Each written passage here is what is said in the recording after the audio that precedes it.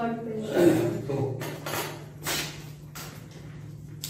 बैठ जाओ, फ्लूइड शुरू करते हैं। सबसे पहला क्वेश्चन आता हमारे पास, ये फ्लूइड है क्या? What is fluid? कौन बताएगा क्या है? Anything which can flow. Anything which can flow. चलो ये डेफिनेशन तो बचपन से सीखते आ रहे हैं। जो चीज फ्लो कर सकती है, जो फ्लो कर सके, उसको क्या कहते हैं हम लोग? फ्लूइड कहते हैं। यही है ना? थोड़ा और स्टैंडर्ड डेफिनेशन की तरफ बढ़ते हैं। स्टैंडर्ड डेफिनेशन में कैसे लिखेंगे हम लोग? क्या होता है स्टैंडर्ड डेफिनेशन? तो समझना जरा। एक ऐसा मटेरियल जिसको अगर हम शियर स्ट्रेस अप्लाई करें तो वो शियर स्ट्रेस को टॉलरेट ना कर पाए। वो मटेरियल जो शियर स्ट्रेस को टॉलरेट ना कर पाए, उसको हम लोग फिजिक्स में किसके नाम से जानते हैं? फ्लूइड के नाम से। ठीक, जैसे पहले भी एक एग्जांपल लिया था कि मान लो कि एक टेबल के ऊपर वाटर ड्रॉपलेट पड़ा हुआ है, उस वाटर ड्रॉपलेट को जस्ट टच करो, टच करके पुल करो, क्या करेगा? वो रेजिस्ट करेगा या हमारे फिंगर के साथ चल पड़ेगा? आई बात समझ में? इसका मतलब क्या हुआ कि जब मैंने उसके ऊपर टेंजेंशियल स्ट्रेस अप्लाई किया, वो रेजिस्ट नहीं कर पाया, वो क्या करेगा? उसके साथ फ्लो कर गया। तो वो सारे मटेरियल जो शियर स्ट्रेस को टॉलरेट नहीं कर सकते, उनको फिजिक्स में किसके नाम से जानते हैं? फ्लूइड के नाम से।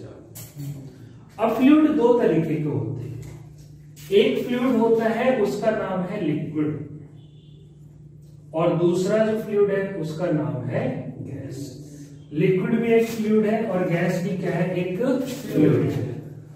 तो क्या डिफरेंस है लिक्विड और गैस के बीच? बताओ,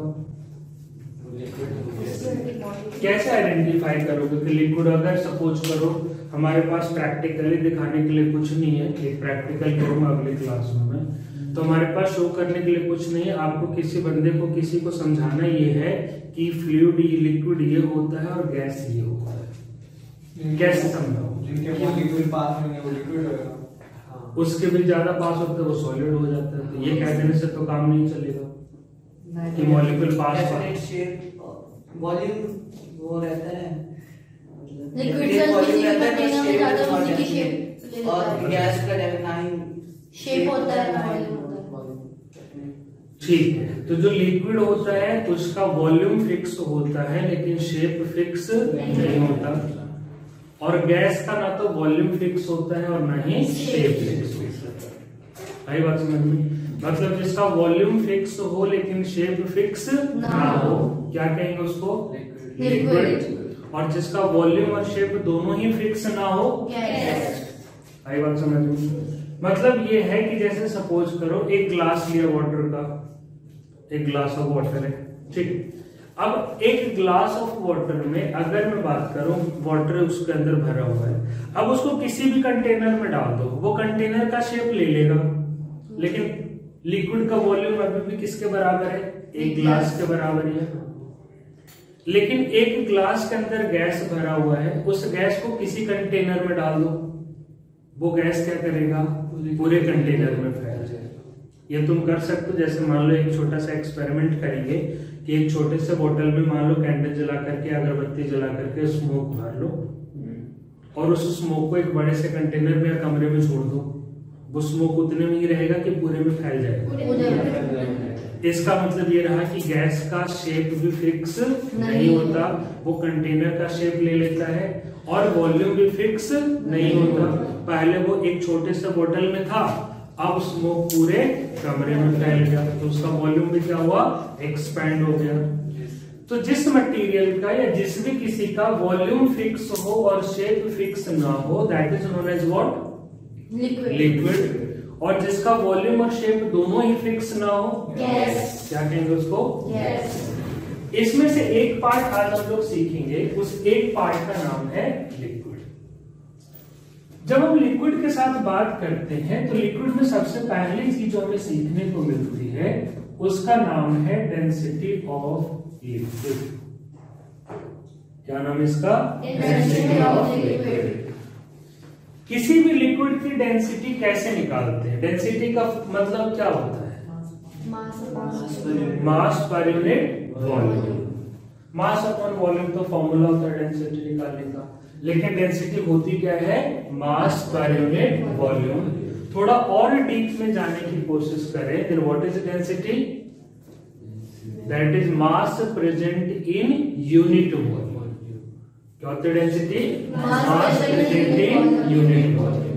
कहने का मतलब क्या है मेरा, अगर एक कंटेनर है उसका वॉल्यूम 1 मीटर क्यूब है, कंटेनर का वॉल्यूम कितना है 1 मीटर क्यूब, उस 1 मीटर क्यूब के वॉल्यूम के कंटेनर में जितना मास आ पाएगा उसको हम लोग उसकी डेंसिटी कहते हैं। मतलब यूनिट वॉल्यूम में जितना मास आ सकता है उसको हम क्या कहते हैं, डेंसिटी। ठीक, डेंसिटी को हम लोग जनरली रो से रिप्रेजेंट करते हैं, तो डेंसिटी निकालने का एक फॉर्मूला हो जाता है मास डिवाइडेड बाय वॉल्यूम। डेंसिटी को किससे रिप्रेजेंट करेंगे, रो से। रिप्रेजेंट किससे करेंगे, रो से, और रो का फॉर्मूला क्या होगा हमारा, मास अपॉन वॉल्यूम। अब मास की यूनिट क्या होती है बताओ, केजी। मास की यूनिट क्या होती है, केजी, और वॉल्यूम की, इसलिए इसकी यूनिट कितनी आगे बताओ, केजी पर मीटर क्यूब। डायमेंशन बता सकते हो कोई इसका, क्या डायमेंशन लिखना चाहिए बताओ,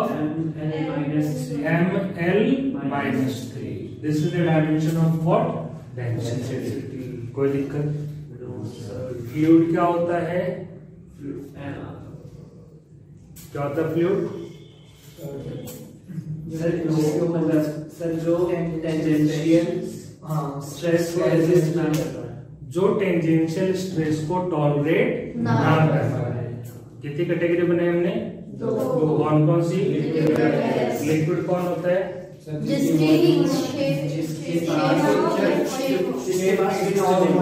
जिसका वॉल्यूम लेकिन शेप फिक्स नहीं, और गैस कौन होता है, कोई कंफ्यूजन नहीं।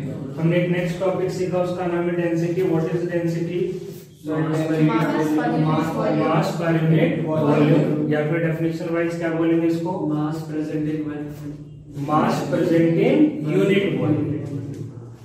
ठीक, कोई कंफ्यूजन। अब एक गोल आता है हमारे पास, एक टारगेट आता है, एक टास्क आता है कि सपोज करो एक कंटेनर लिया मैंने, और इस कंटेनर में डिफरेंट लिक्विड्स को मिक्स कर दिया। ठीक, इस कंटेनर में मैंने क्या किया, अलग अलग लिक्विड को मिक्स कर दिया। हम उन लिक्विड्स को मिक्स करने की बात कर रहे हैं जो आपस में मिक्स हो सकते हैं। मतलब मैं वाटर में ऑयल को मिक्स करने की बात नहीं कर रहा, क्यों, क्योंकि वाटर और ऑयल मिक्स नहीं हो सकते। मैं वाटर में मिल्क मिक्स करने की बात कर सकता हूं, क्योंकि वाटर और मिल्क एक दूसरे से क्या हो जाते हैं, मिक्स हो जाते हैं। तो ऐसे हम लोगों ने क्या किया, कई सारे डिफरेंट लिक्विड्स लिए और सारे लिक्विड्स को एक कंटेनर में भर के हमने क्या किया, मिक्स कर। ठीक, अब तुमसे क्वेश्चन पूछा जाएगा, अगर हमसे ये पूछ लिया जाए कि जो डिफरेंट लिक्विड्स को हम लोगों ने मिक्स किया है उस मिक्सचर की डेंसिटी क्या होगी। ठीक, हमसे क्या पूछा जा रहा है, जो मिक्सचर फॉर्म हुआ है कई सारे लिक्विड्स को मिक्स करने के बाद उस मिक्सचर की डेंसिटी क्या होगी। तो मिक्सचर की डेंसिटी कैसे निकालें। ठीक, तो जब कभी भी मिक्सचर बनाओगे तो अलग अलग लिक्विड के ढेर सारे अलग अलग मासेस को मिक्स करेंगे। तो हमने क्या करना है, जितने लिक्विड्स हमारे पास हैं उन सब का मास मेजर कर लो, जितने लिक्विड्स हैं उन सब का वॉल्यूम मेजर कर लो। और मिक्सचर की डेंसिटी कैसे निकालेंगे बच्चे, तो मिक्सचर की डेंसिटी निकालने के लिए एक छोटा सा फॉर्मूला यूज करेंगे, density of mixture that is equals to total mass divided by क्या करेंगे बच्चे बताओ, टोटल वॉल्यूम। मिक्सचर की डेंसिटी निकालने का हमारे पास क्या स्टेप आ गया बताओ, total mass divided by total volume. जितने लिक्विड्स को मिक्स करें उन सबका मास निकाल लो, और जितने लिक्विड्स को मिक्स करें उन सबका वॉल्यूम निकाल लो, और सारे मास को ऐड करके वॉल्यूम से डिवाइड करा दो। जो रिजल्ट आएगा उसको हम लोग क्या कहेंगे बताओ, डेंसिटी ऑफ मिक्सचर। अब जैसे मान लेता हूं मैं एक एग्जांपल लेता हूं, मैं छोटा सा केस समझने की कोशिश करते हैं। पहले लिक्विड जिसको मिक्स किया उसका मास है m1 और उसका वॉल्यूम है v1। दूसरे लिक्विड का मास है m2, वॉल्यूम है v2, मास है m3, वॉल्यूम है v3 and so on. Total masses कितने बच्चे? mn और वॉल्यूम क्या है? vn। तो बताओ टोटल मास कितना हो गया? बोलो तो m1 plus m2 plus m3 plus mn। Total volume कितना हो गया बच्चे? v1 plus v2 plus v3 till vn। तो मिक्सर की डेंसिटी कैसे निकाल सकते हैं हम लोग? बताओ डेंसिटी ऑफ मिक्सर। बोले तो हमारे पास एक तरीका है, that is what? Total mass divided by total volume. अब टोटल मास की बात करें बच्चे, तो टोटल मास क्या आ गया हमारे पास? बताओ m1 plus m2 plus m3 till mn divided by total volume कितना बेटा? बताओ v1 plus v2 plus v3 till कहां तक? बताओ vn। This is the density of mixture. लेकिन जो पेपर बनाते हैं वो इतना आसान तो रहता नहीं, वो बेचारा बहुत शातिर होता है, वो हमारे छोटी मोटी चीजों में उलझने वाला वो नहीं होता, क्योंकि उसको तुम लोगों को क्या करना होता है? उलझाना होता है, फेल करना होता है। मतलब वो चाहता है कि तुम पास ना हो। मैंने पहले भी बताया ना, एग्जाम जो होता है वो सिलेक्शन प्रोसेस नहीं होता। कैसा प्रोसेस होता है? Rejection process. ठीक, अब वो डायरेक्टली मना नहीं कर सकते कि इसकी टोपी अच्छी नहीं लगी, मना कर दो। इसलिए वो एक वैलिड रीजन देगा कि भैया मैंने एक एग्जाम लिया, तुम उसमें पास नहीं हो पाए, इसलिए कल से तुम अपनी शक्ल मत दिखाना। आई बात समझ में? अब वो क्या करेगा? वो हमसे कुछ इस तरीके की बातें करेगा। सबसे पहली बात सपोज करो वो हमसे ऐसा कहते हैं कि ऐसा करते हैं हम लोग, एक छोटा सा काम करते हैं। क्या काम करते हैं? मान लेते हैं एक लिक्विड लिया जिसकी डेंसिटी है ρ1 और उसका वॉल्यूम है v1। एक लिक्विड लिया उसकी डेंसिटी क्या है? ρ1 और उसका वॉल्यूम कितना बच्चे? v1। एक दूसरा लिक्विड लिया उसकी डेंसिटी है ρ2 और वॉल्यूम कितना है?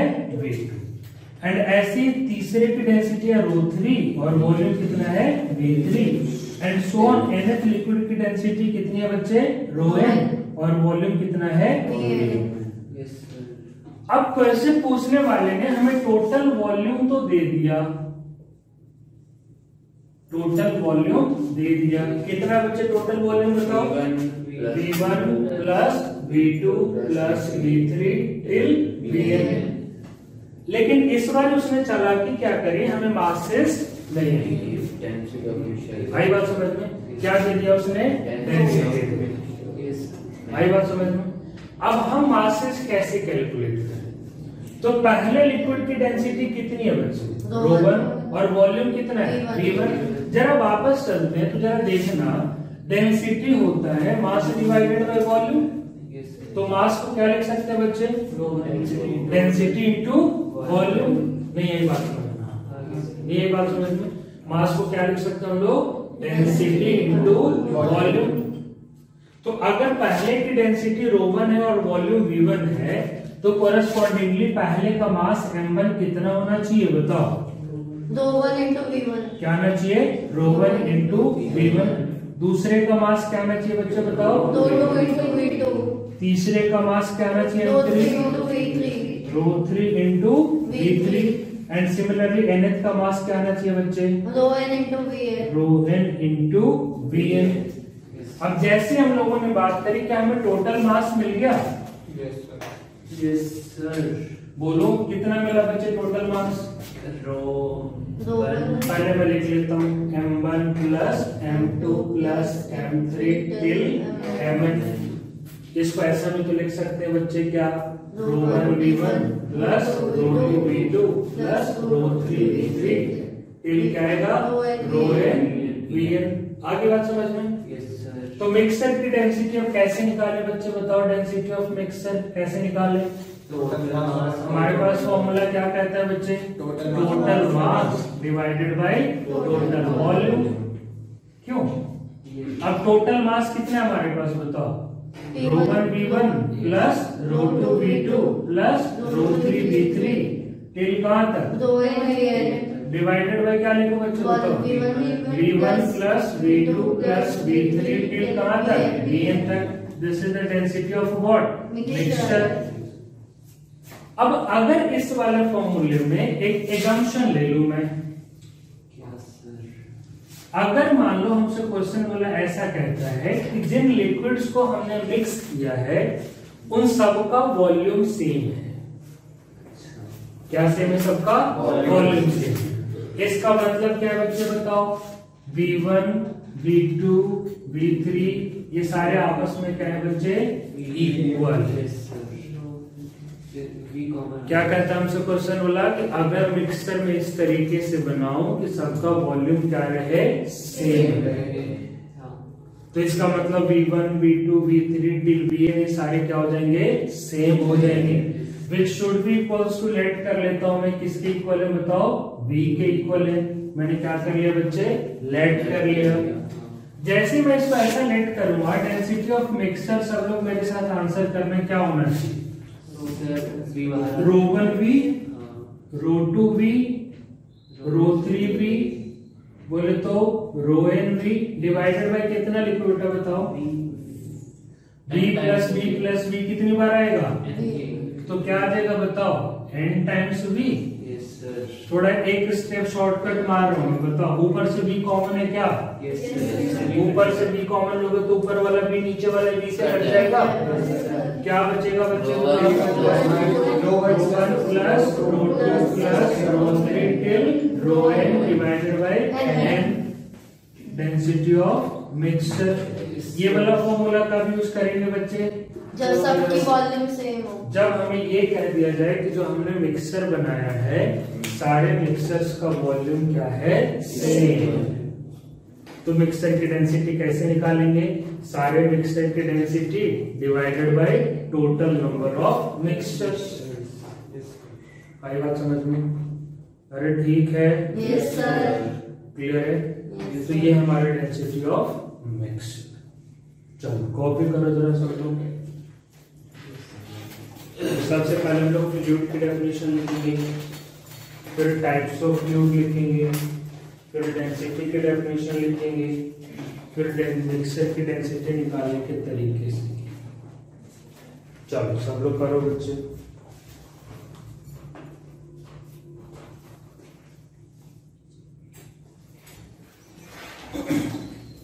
तो हम लोगों ने एक टर्म सीखा कि अगर लिक्विड्स को इस तरीके से मिक्स किया जाए तो मिक्सचर की डेंसिटी कैसे निकालते हैं। हमने ये भी सीखा कि अगर मिक्सचर में मासेस ना दिया जाए, डेंसिटी और वॉल्यूम के टर्म्स में दिया जाए, तो हम इसकी डेंसिटी मिक्सचर की कैसे निकाल सकते हैं। लेकिन सपोज करो हमसे ये कह दिया जाए, कुछ इस तरीके की बातें कह दी जाए कि मान लो हमारे पास कुछ लिक्विड्स हैं, उनको हमने मिक्स किया, लेकिन मिक्स करते टाइम इस बार हमसे वॉल्यूम को हाइड कर लिया गया। क्या कुछ कहा उन्होंने? जरा उसको समझते हैं। हमसे कहते हैं कि सपोज करो एक लिक्विड लिया, उसकी डेंसिटी है ρ1 और मास है उसके पास m1। दूसरे लिक्विड की डेंसिटी है ρ2, मास है उसके पास m2, डेंसिटी है ρ3, मास है m3 and so on. Density है ρn और मास क्या बच्चे? अब क्वेश्चन वाले ने हमें क्या क्या दिया? हमें मास दिया और हमें डेंसिटी दी। क्लियर? मास पता है और डेंसिटी पता है। अब चाहे तो टोटल मास फाइंड आउट कर सकते हम लोग यहां से। टोटल मास इक्वल्स टू क्या लिखोगे बताओ? m1 plus m2 plus m3 till कहां तक बच्चे? mn तक। अब टोटल मास को समझ में आ गया? Yes sir. टोटल वॉल्यूम कहां से लाए? अब हमारे सामने जो नेक्स्ट टास्क है वो क्या बच्चे? Total volume. कैसे निकालोगे टोटल वॉल्यूम? डेंसिटी। बताओ डेंसिटी क्या होता है? मास अपॉन वॉल्यूम। ध्यान से समझ। डेंसिटी होता है मास अपॉन वॉल्यूम। तो तो वॉल्यूम को क्या लिख सकते हैं? Mass mass upon density. नहीं यही बात समझ में लिख सकते हैं क्या? वॉल्यूम को क्या लिख सकते हैं? Mass upon density. अगर ऐसा है तो पहले लिक्विड का वॉल्यूम क्या लिखना चाहिए बच्चे बताओ? इसके कॉरेस्पॉन्डिंग वॉल्यूम V1 क्या लिखो बताओ? M1 upon ρ1। इसका वॉल्यूम V2 क्या लिखो बच्चे? M2 upon ρ2। इसका वॉल्यूम V3 क्या लिखूं? M3 upon ρ3 and so on. Vn क्या लिखो बच्चे बताओ? Mn upon ρn। तो टोटल वॉल्यूम को हम ऐसा लिख सकते हैं क्या बेटा? V1 plus V2 plus V3 till कहां तक? Vn। इसको ऐसा भी तो लिख सकते हैं M1 upon ρ1 plus M2 upon ρ2 plus M3 upon ρ3 कहां तक बच्चे बताओ? Mn upon ρn। This is what? Volume एक का कि पूरे का? पूरे का कंप्लीट वॉल्यूम है ये। तो मिक्सर की डेंसिटी निकालने का क्या तरीका है हमारे पास बताओ? बोले तो टोटल मास अपॉन में क्या लिखे बच्चे बताओ? Total volume. क्लियर है? टोटल मास को क्या कहेंगे बच्चे बताओ? टोटल मास को क्या लिख सकते हो तुम? M1 plus M2 plus M3 till कहां तक बच्चे? Mn divided by total volume क्या आएगा बताओ? M1 upon ρ1 plus M2 upon ρ2 plus M3 upon ρ3 कहां तक बच्चे? Mn upon ρn। कोई कंफ्यूजन? सपोज करो इस बार हमें एक एजम्पशन दे दिया जाए कि if M1 equals to M2 equals to M3 equals to Mn equals to M मैं क्या करता हूँ? लेट। मतलब क्या इस लाइन का? मतलब जितने लिक्विड्स को हम लोगों ने मिक्स किया है उन सारे लिक्विड्स के मासेस क्या है बच्चे? इक्वल है। आई बात समझ में? जितने भी लिक्विड्स हम लोगों ने मिक्स किया है उन सबके मासेस क्या हो गए? सेम हो गए। जैसे ही सेम मासेस की बात आई हम लोग क्या कर सकते हैं बताओ? यहाँ पे सबको जहां जहां पे M1 M2 M3 Mn है सबकी जगह पे क्या लिख सकते हैं बच्चे? M लिख सकते हैं। तो जरा सब लोग मेरे को बता रहे डेंसिटी ऑफ मिक्सचर क्या लिखूं इस बारे में? क्या हो जाएगा बच्चे बताओ? M plus M plus M plus M क्या हो जाएगा? N टाइम्स M अपॉन में क्या आएगा बच्चे बताओ? M को कॉमन लेंगे। चलो M upon ρ1 plus M upon ρ2 plus M upon ρ3 कहां तक बच्चे? M upon ρn। नीचे से M कॉमन है क्या? वो M ऊपर वाले के साथ कैंसिल आउट हो जाएगा। क्या बचेगा बच्चे?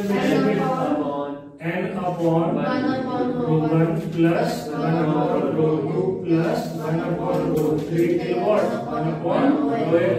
ये किसकी डेंसिटी आ गई बच्चे? मिक्सचर की। तो मिक्सचर की डेंसिटी लिखने का एक और तरीका हमारे पास आया, that is what? N upon 1 upon ρ1 plus 1 upon ρ2 plus 1 upon ρ3 till 1 upon ρn। तो मिक्सचर की डेंसिटी निकालने का ये फॉर्मूला हम कब यूज करेंगे? जब सारे मासेस इक्वल होंगे। जब लिक्विड्स जिनको हमने मिक्स किया है सबके मासेस क्या होंगे? इक्वल होंगे। और हम लोग जब वॉल्यूम्स इक्वल होंगे तो कौन सा फॉर्मूला यूज करेंगे? क्या था वो लास्ट फॉर्मूला हमारा? ρ1 plus ρ2 plus ρ3 till ρn upon n। और अगर कुछ भी इक्वल ना हो तो वो नॉर्मल यूज करेंगे total mass divided by total volume. तो ये हम लोगों ने क्या निकालना सीखा बताओ? Density of liquid. Density of liquid. किसकी डेंसिटी निकालनी थी हमने? मिक्सचर की। कोई कंफ्यूजन? आगे बात समझ में? ठीक है, पक्की बात। लेकिन जब हम इस डेंसिटी की बात करते हैं, जब हम मिक्सचर की डेंसिटी निकालते हैं, किसी भी लिक्विड की डेंसिटी निकालते हैं, किसी भी लिक्विड की डेंसिटी थ्रू आउट कांस्टेंट नहीं होती। किसी भी लिक्विड की डेंसिटी थ्रू आउट कांस्टेंट नहीं होती। अब जैसे वाटर की डेंसिटी 1000 kg/m³ होती है। अगर ग्राम में करोगे तो 1 ग्राम पर सेंटीमीटर क्यूब हो जाती है। तो अगर वाटर की डेंसिटी 1000 kg पर मीटर क्यूब है, इसका मतलब क्या ये होता है कि वाटर की डेंसिटी हमेशा 1000 kg पर मीटर क्यूब होगी? डेंसिटी जो है वो एक्सटर्नल फैक्टर्स पे डिपेंड करती है, लाइक टेम्परेचर, प्रेशर, इन चीजों पे डेंसिटी क्या करती है? फॉर्मूले में तो नहीं आता सर। मतलब क्या है कि अगर आप एक्सटर्नल फैक्टर को बदल दोगे, टेम्परेचर को बदल दोगे, प्रेशर को बदल दोगे, तो डेंसिटी सेम नहीं रहेगी, डेंसिटी क्या हो जाएगी? बदल जाएगी। अगर मान लो एक स्पेसिफिक टेम्परेचर है तो उस पर डेंसिटी फिक्स रहेगी, उसमें कोई चेंज नहीं आएगी। लेकिन अगर आपने टेम्परेचर बदल दिया तो टेम्परेचर बदलने से डेंसिटी चेंज हो जाएगी। आपने प्रेशर बदल दिया तो डेंसिटी क्या हो जाएगी? चेंज हो जाएगी। आई बात समझ में? मतलब ये है कि एक्सटर्नल फैक्टर लाइक टेम्परेचर और प्रेशर को बदल दिया जाए तो लिक्विड या गैस किसी की भी डेंसिटी क्या हो जाती है? आई बात समझ में? ठीक है, तो आज हम लोगों ने मिक्सर की डेंसिटी निकालना सीखा। कल की क्लास में कुछ न्यूमेरिकल्स करेंगे और ये देखेंगे कि एक्सटर्नल फैक्टर के अकॉर्डिंग डेंसिटी में चेंज किस तरीके का है। दैट इज अगली क्लास में हम लोग सीखेंगे वेरिएशन इन डेंसिटी। अलग अलग केसेस देखेंगे, टेम्परेचर के साथ कैसे बदलती है, प्रेशर के साथ कैसे बदलती है। Got it? ठीक है,